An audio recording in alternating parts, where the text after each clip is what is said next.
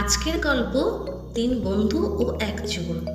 রাজপুত্র, কোটালপুত্র ও সওদাগর পুত্র, তিন সখা, একেবারে গলায় গলায় ভাব।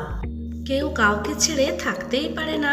সারাটা দিন তারা টো টো করে ঘুরে বেড়ায়, হইচই করে, হাসে, খেলে আর যেখানে সেখানে ঘুরে গল্প করে দিন কাটে তাদের। লেখাপড়ার ধারই ধারে না। রাজামশায়ের ভারী ভাবনা, রাজপুত্র যদি মূর্খ থাকে লোকে বলবেই বাকি, রাজবংশের নাম অচিরেই ডুবে যাবে। কোটাল ও সওদাগরেরও সেই এক ভাবনা, ছেলে মূর্খ হয়ে ঘুরে বেড়াবে, কে আর সেটা চায়। রাজামশাই একদিন রাজপুত্রকে কাছে ডেকে খুব করে বকলেন। রাজপুত্রের মুখ হয়ে গেল বেজার। রাজার ছেলে বলে কথা, মনে ও মানে তো লাগবেই। যথারীতি কোটাল আর সওদাগর যে যার ছেলেকে ডেকে খুব ধমক দিলেন। কোটাল পুত্র ও সওদাগর পুত্রেরও খুব রাগ হলো। তিন সখা একজোট হয়ে ভাবতে বসলো। প্রত্যেকের মনে ও মানে খুব লেগেছে। তারা ঠিক করলো এই রাজ্য ছেড়ে চলে যাবে, আর ঘরে ফিরবে না, নিজেদের পথ নিজেরাই দেখে নেবে। তাদের হাতে একটা কানাকড়ি নেই, তাদের দিন চলবে কি করে, খাবেই বা কি? তারা প্রত্যেকে এই নিয়ে নানা ভাবনা করতে শুরু করলো। হঠাৎ সওদাগর পুত্র আনন্দে লাফিয়ে উঠে বলল, উপায় একটা পেয়েছি। রাজপুত্র বলল, কি উপায়? চটপট বল। কোটাল পুত্র ছটফট করে উঠল। সে বলল, বল বল, তাড়াতাড়ি বল, উপায়টা কি? সওদাগর পুত্র বলল, বাবার মুখে শুনেছিলাম উত্তর পূর্ব দিকে একটা পাহাড় আছে, সেই পাহাড়ের চূড়ায় রয়েছে গুপ্তধন। রাজপুত্র বলে উঠল, তাই নাকি? তবে আর আমাদের ভাবনা কি?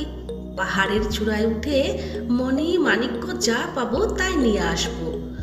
রাজপুত্রের কথায় কোটাল পুত্র সায় দিল। তিন সাথী মিলে চলল উত্তর পূর্ব দিকে পাহাড়ের খোঁজে। হাঁটতে হাঁটতে তারা মাঠ ছাড়লো, নদী পেরোলো, বনের পথ ধরলো। চলতে চলতে তাদের পায়ে হলো বিষম ব্যথা, তবুও রেহাই নেই। তারা ব্যথা বেদনা সয়েও পথ চলতে থাকলো। একসময় তারা পাহাড়ের কাছে পৌঁছলো। তারপর পাহাড়ের নিচে আরাম করতে লাগলো। তিন সাথীর মনে তখন খুশির জোয়ার। পাহাড়ের চূড়ায় উঠলেই গুপ্তধন পাওয়া যাবে, তখন তাদের পায়কে। বেশ কিছুটা সময় পরে তারা পাহাড়ের চূড়ায় উঠলো। তারপর এখানে ওখানে খুব করে গুপ্তধন খুঁজতে লাগলো। অনেক খুঁজে পেতে তারা তিনজনে তিনটে মণি কুড়িয়ে পেল। আঁধারে মণি তিনটি চকচক করতে লাগলো। তিনজনে তিনটি মণি হাতে নিয়ে পাহাড় থেকে নামলো। মনে আর খুশি ধরে না। মণিগুলো বেচলে অনেক টাকা পাবে তারা, তাদের আর অভাব থাকবে না, সুখেই জীবন কেটে যাবে। তারা ফিরে চলল বাড়ির পথে। তাদের ফেরার পথে পড়ল গভীর বন। সেই বনে চোর ডাকাতের উৎপাত, সুযোগ পেলে সবকিছু লুট করে নেয়। তাই তিনজনে খুব ভয় পেল।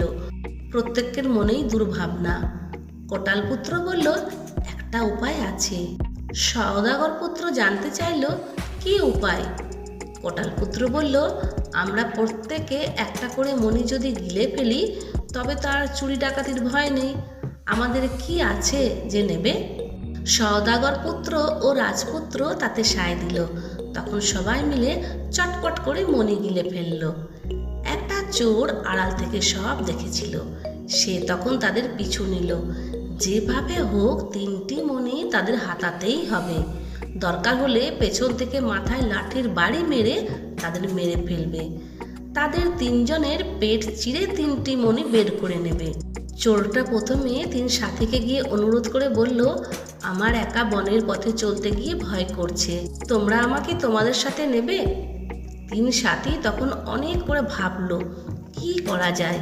শেষে তিন সাথী মিলে অনেক ভেবে ঠিক করলো তাকে সাথে নেবে। বনের পথে চোর ডাকাতের ভয়, তিনজনের জায়গায় চারজন হলে ভালোই হবে। একজন তো লোক বাড়লো। চারজন পথ চলতে শুরু করলো। চলতে চলতে বনের পথে পড়লো একটা গ্রাম। সেই গ্রামের মোড়ল ছিল ভারী বদ, ডাকাতদের সর্দার সে। যেমন লোভী তেমনি পাজি, লোভে পড়ে যে কোনো কাজ সে করতে পারে। সেই মোড়লের ছিল একটা টিয়া পাখি। পাখিটা সারাদিন একটা দাঁড়ে বসে থাকতো আর ছোলা খেত। খুব ভালো কথা বলতে পারতো পাখিটা। আর যা বলতো তাই সত্যি হতো, একেবারে ঠিক ঠিক মিলে যেত। সেই টিয়া বলল, ওই যে ওরা যায় পথে, মনি আছে ওদের সাথে। কথাটা মোড়লের কানে পৌঁছে গেল। সাথে সাথে মোড়ল তার লোকজনদের আদেশ দিল, এক্ষুনি ওদের চারজনকে আমার কাছে ধরে নিয়ে আয়। ধরে আনা হলো চারজনকে। সকলের শরীর আতি পাতি করে খোঁজা হলো, কিছুই পাওয়া গেল না। মোড়ল বাধ্য হয়ে তাদের চারজনকে ছেড়ে দিল। মণি যখন নেই, মিছিমিছি ওদের আটকে রেখে লাভ কি? ছাড়া পেয়ে তারা চারজন আবার পথ চলতে শুরু করলো। তিন সাথী মনে মনে ভাবলো, যাক বাবা, এই যাত্রায় তো বাঁচলাম। সাথে সাথে টিয়া পাখিটা আবার বলে উঠল, ওদের কাছে মণি আছে, ওদের কাছে মণি আছে। মোড়ল চিৎকার করে উঠল, আবার ওদের ধরে নিয়ে আয়। আবার মোড়লের লোকেরা ছুটল, পথ থেকে আবার চারজনকে ধরে নিয়ে এলো। মোড়ল তাদের চারজনকে বলল, আবার পাখি বলছে তোদের কাছে মণি আছে, তোদের কাছে নির্ঘাত আছে। আমার পাখির কথা কখনো মিথ্যা হয় না। চোরটি বলল, না না, আমার কাছে মণি নেই, আবার খুঁজে দেখুন। মোড়ল বলল, বললাম তো, আমার টিয়া মিথ্যা বলে না। তোদের কাছে যখন মণি নেই, তবে তোদের পেটের ভেতর আছে। আজকের রাতটা তোদের ঘরে আটকে রাখবো। কাল সকালে উঠে এক এক করে তোদের সকলের পেট কেটে দেখব মণি আছে কি না। মোড়লের না ছিল দয়া, না ছিল মায়া, যেই কথা সেই কাজ। চারজনকে ঘরে আটকে রেখে দিল। তিন সাথী ভয়ে সারা রাত ঘুমোয় না, নিজেরাই নিজেদের দোষ দেয়। কেন যে বাবার উপর রাগ করে ঘর ছাড়লো তারা? এখন তাদের বেঘরে মরতে হবে। চোরও ভাবে, সত্যি তার পেটে তো মণি নেই, তবুও মোড়লের লোক তার পেট কাটবে। মরতে যখন হবে, তখন একটা পুণ্যের কাজ করা যাক। তিন সাথীর প্রাণ বাঁচিয়ে না হয় মরি। সারা জীবন চুরি করে কত পাপ করেছি, যাওয়ার সময় না হয় একটা ভালো কাজ করে যায়। পরের দিন ভোর হতে না হতে মোড়ল এলো লোকজন নিয়ে। মোড়লের হাতে বড় একটা ছুরি, সেই ছুরি দিয়ে চারজনের পেট কাটা হবে। চোরটা নিজে থেকে মোড়লের কাছে এগিয়ে এসে হাত জোর করে বলল, মোড়ল মশাই, দয়া করে আপনি আমার পেটটা আগে কাটুন। চোখের সামনে আমার প্রিয় তিন সাথীর মৃত্যু দেখতে চায় না। মোড়ল রাজি হলো তার কথায়। প্রথমেই সেই চোরটির পেট কাটা হলো ফালা ফালা করে, তবে কোনো মণি পাওয়া গেল না। মোড়ল ভাবনায় পড়ল, পাখির মুখের কথার উপর ভরসা করে এমনি করে মানুষ খুন করলো সে বুঝতে পারলো, একজনের পেটে যখন মণি নেই, তখন কারো পেটে মণি নেই। তাই বাধ্য হয়ে বাকি তিনজনকে ছেড়ে দিল। তিন সাথীর প্রাণ বাঁচল চোরের দয়ায়। তারা আবার পথ চলা শুরু করলো। শহরে গিয়ে মণি বেচে অনেক টাকা পেল তারা, সুখের জীবন এলো। তবু তারা চোরটাকে ভুলতে পারলো না। তাদের নিজেদের আচার ব্যবহার ধীরে ধীরে বদলে যেতে লাগলো। ভালো হতে বাধ্য হলো তারা। মনের মধ্যে জেগে উঠলো এক শুভ বোধ। কেবল ভাবতে লাগলো, একটা অজানা মানুষ নিজের জীবন দিয়ে তাদের প্রাণ বাঁচালো।